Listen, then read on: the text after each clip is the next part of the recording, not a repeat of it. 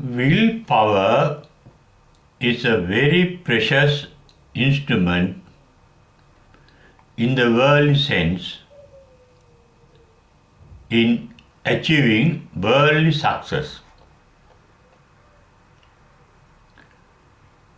Very often we have to use a strong will to overcome obstacles on our way for worldly success. But in the spiritual sense, willpower can be an obstruction for the attainment of nirvana, which is called the desirelessness. In Pali it is called Tannakaya. Nirvana is the ending of desire, extinction of desire, Tannakaya.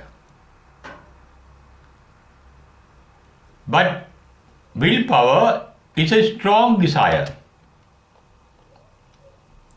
Then there is a problem how one can achieve nirvana using such a strong willpower.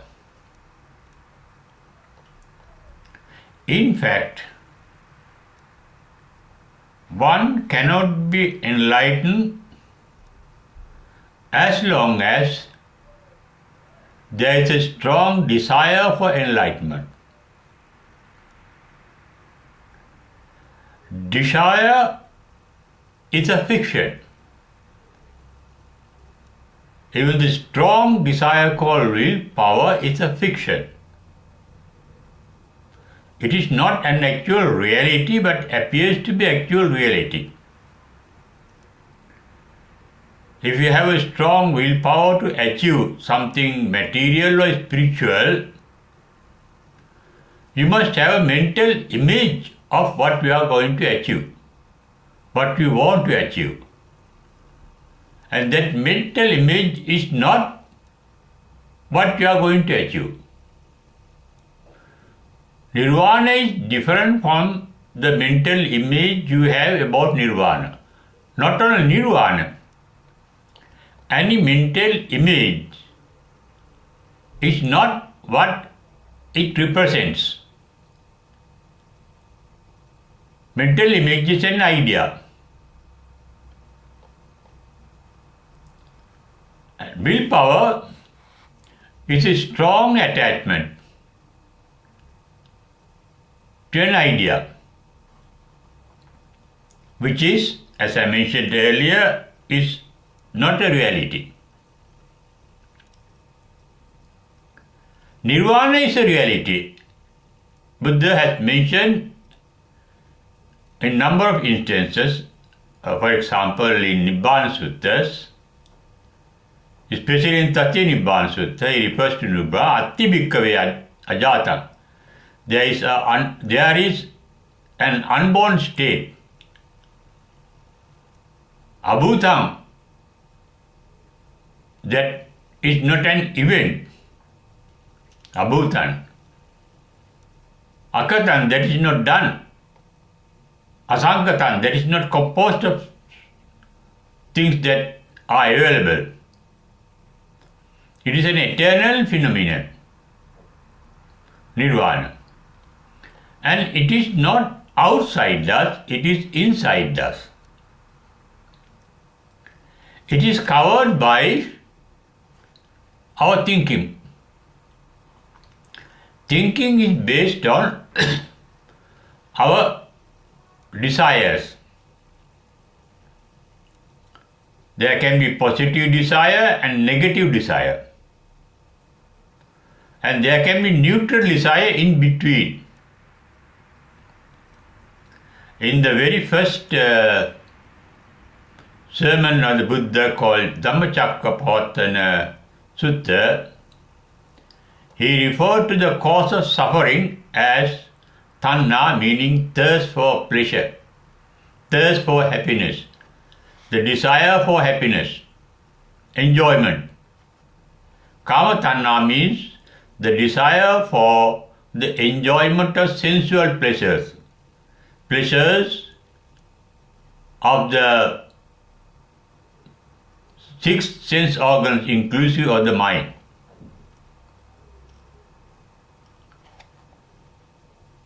Then in the same sutta he said,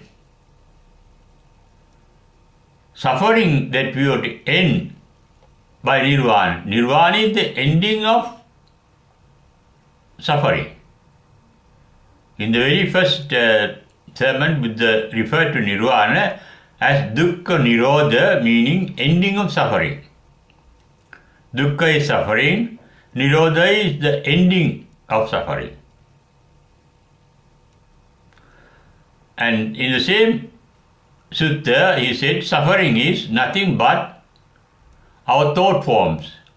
Sankicchena pancha upadanakkhandhapi dukkha.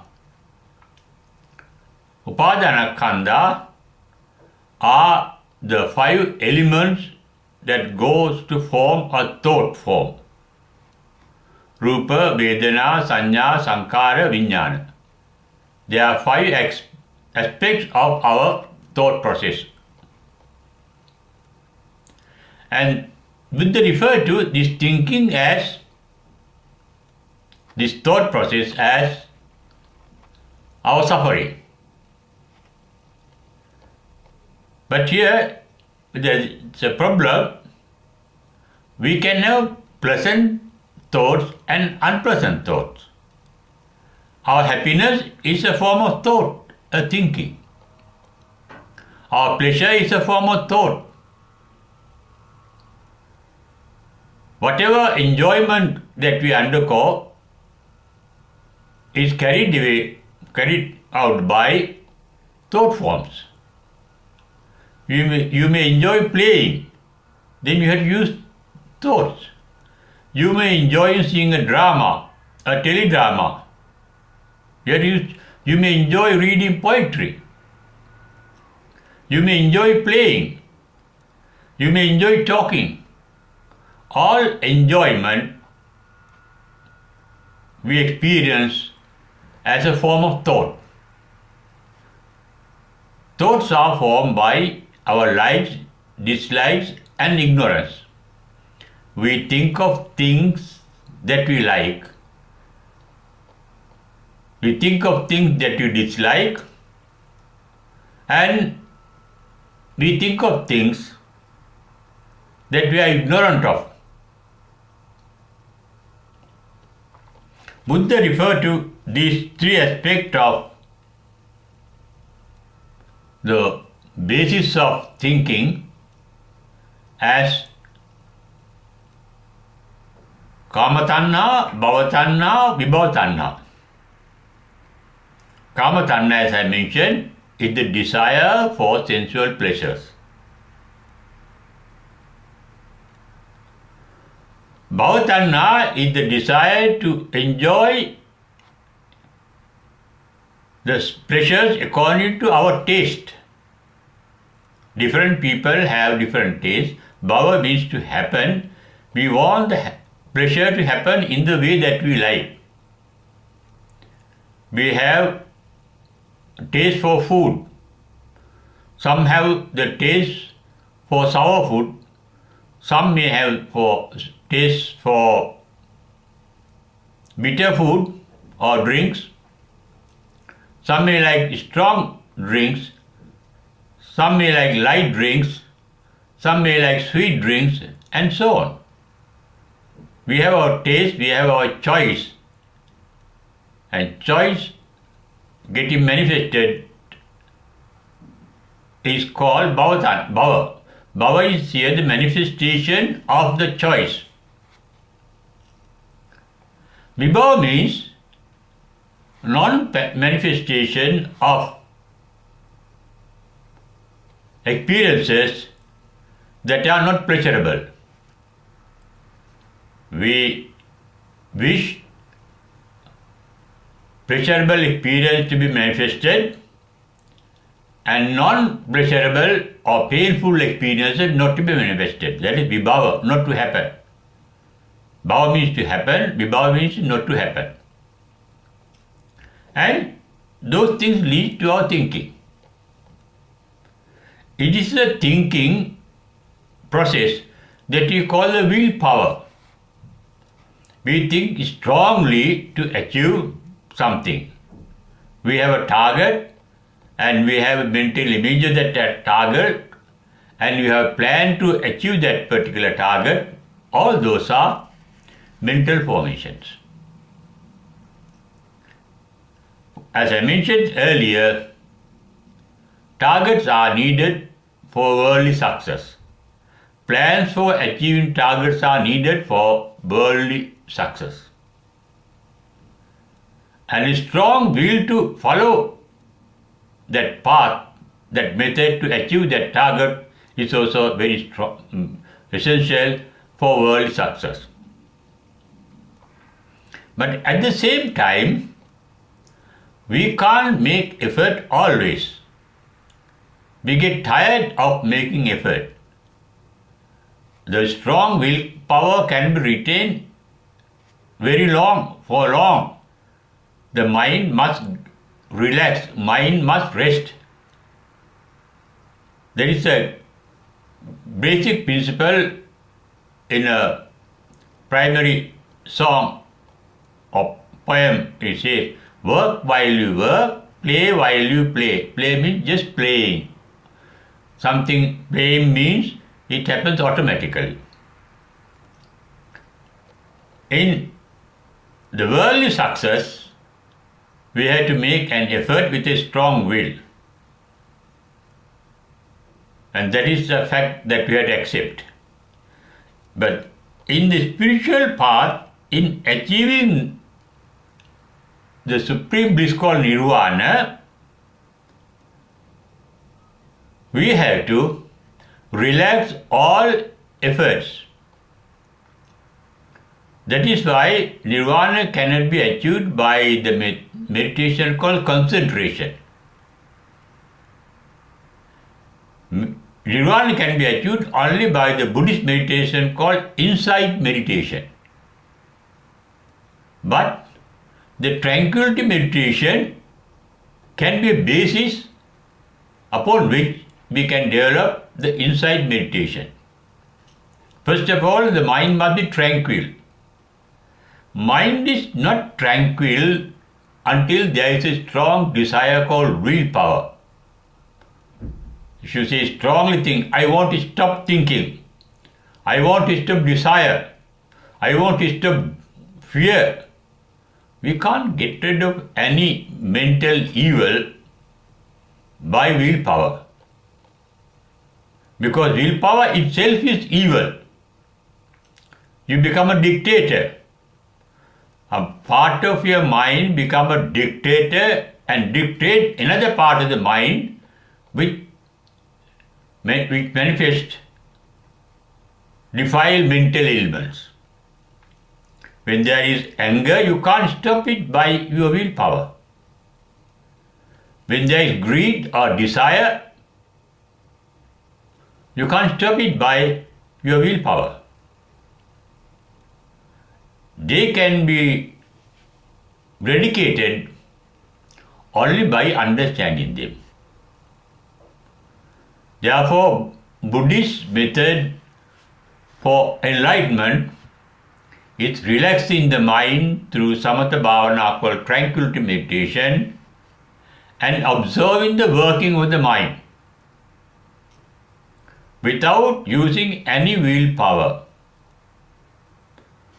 For example, we get automatically angry.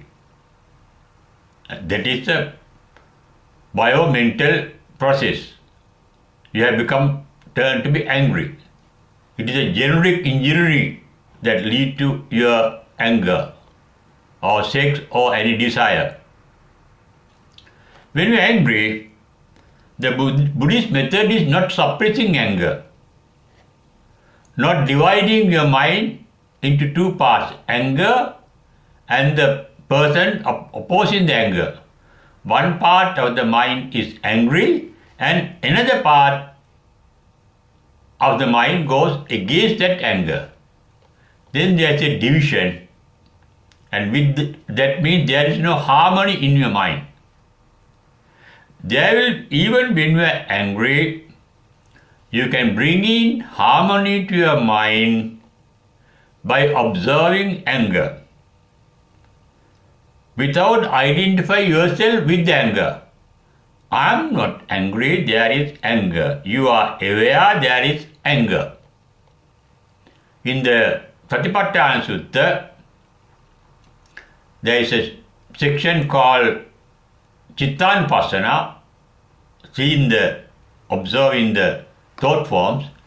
There it says, Sadosam va chittam, sadosam chittanti pajanati.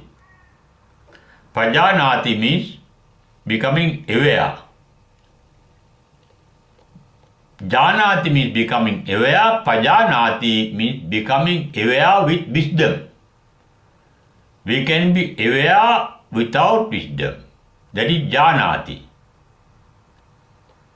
Pajanati means we can be aware of our anger with wisdom. The quality of wisdom is realistic. Wisdom sees the reality of things that the mind becomes aware. What is the basic reality that the Buddha's first disciple called the ascetic Kondanya realized by listening to the Buddha's first sermon called Dhammacakkappavattana? He realized all thought forms are born to decay and die. The words used by the Buddha to describe that understanding of the ascetic Kondanya is Yam kinchi samudaya dhammam sabbantan nirodhammanti. Whatever thought forms that appear inevitably disappears. Appearance and disappearance of thought forms are natural events in our thinking process and in our mental process. Those are the events of the mind. Anger, they like all thought forms. Like clouds, they pass away. They come and go. When anger comes, you are not going against anger. You know, you are aware through your wisdom that anger is born to decay and die. And at the same time, you become aware at that very moment anger is evil. You are suffering because of anger. You become aware of your own suffering. In the same sutta, Buddha said, in the first sutra, that suffering must be understood completely. All round awareness of suffering. Parikñayata. The suffering, that here we are referring to the mental suffering, that suffering must be understood. When you understand suffering,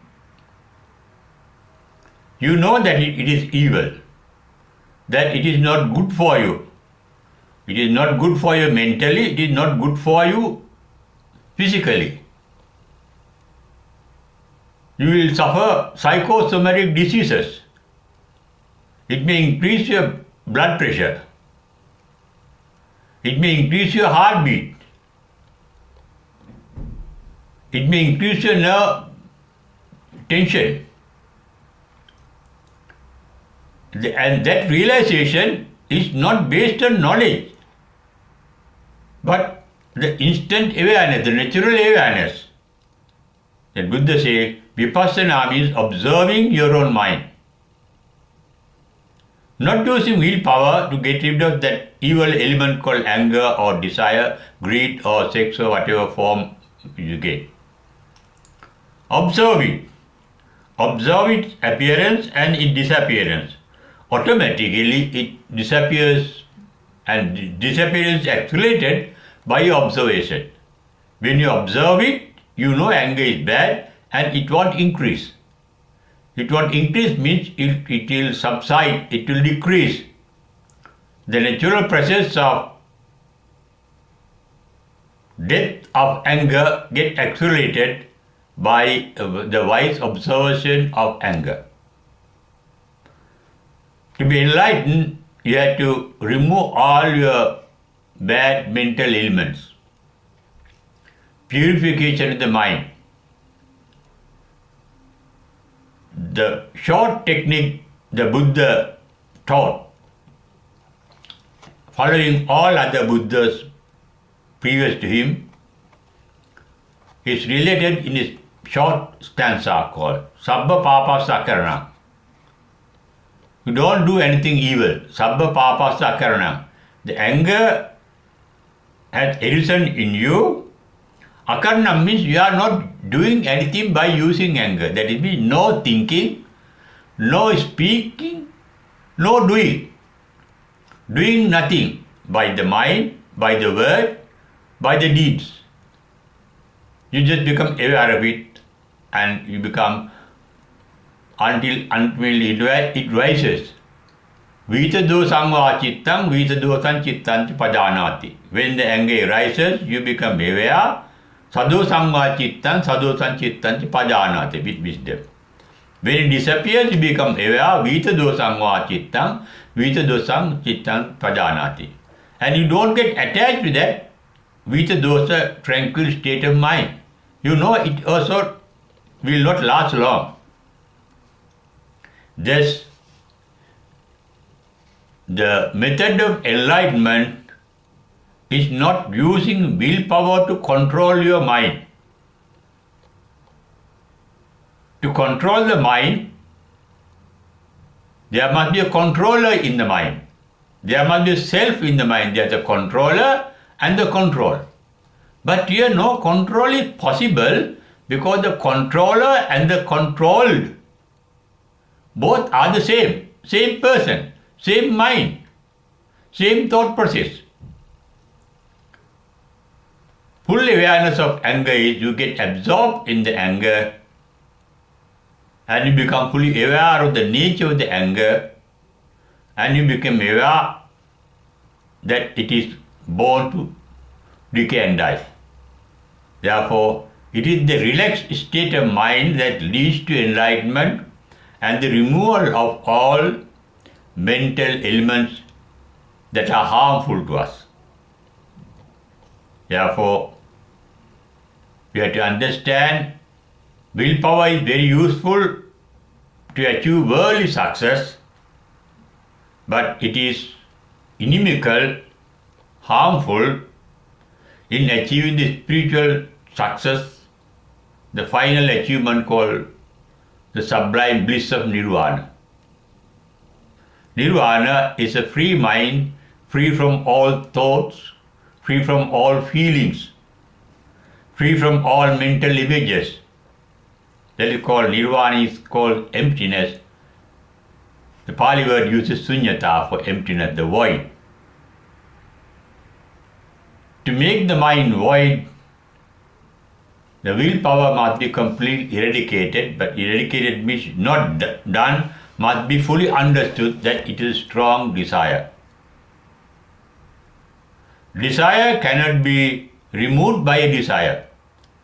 For example, you have a desire and you know that it is evil and you use a stronger desire called willpower to get rid of that particular desire. Then there is conflict in the mind. The mind is not at peace. The real peace of mind is the sublime state of mind called Nirvana. That you cannot achieve while you are thinking, while you are forcing mind to be tranquil. Realization in Nirvana, the mind getting tranquil, are natural events. Once you are ready, once you are mature for that, it will happen automatically. It happens without using willpower. This we have to repeat again. Willpower is useful in achieving worldly success, but harmful in achieving the spiritual success. And that can be realized not by reading any books or not by listening to somebody.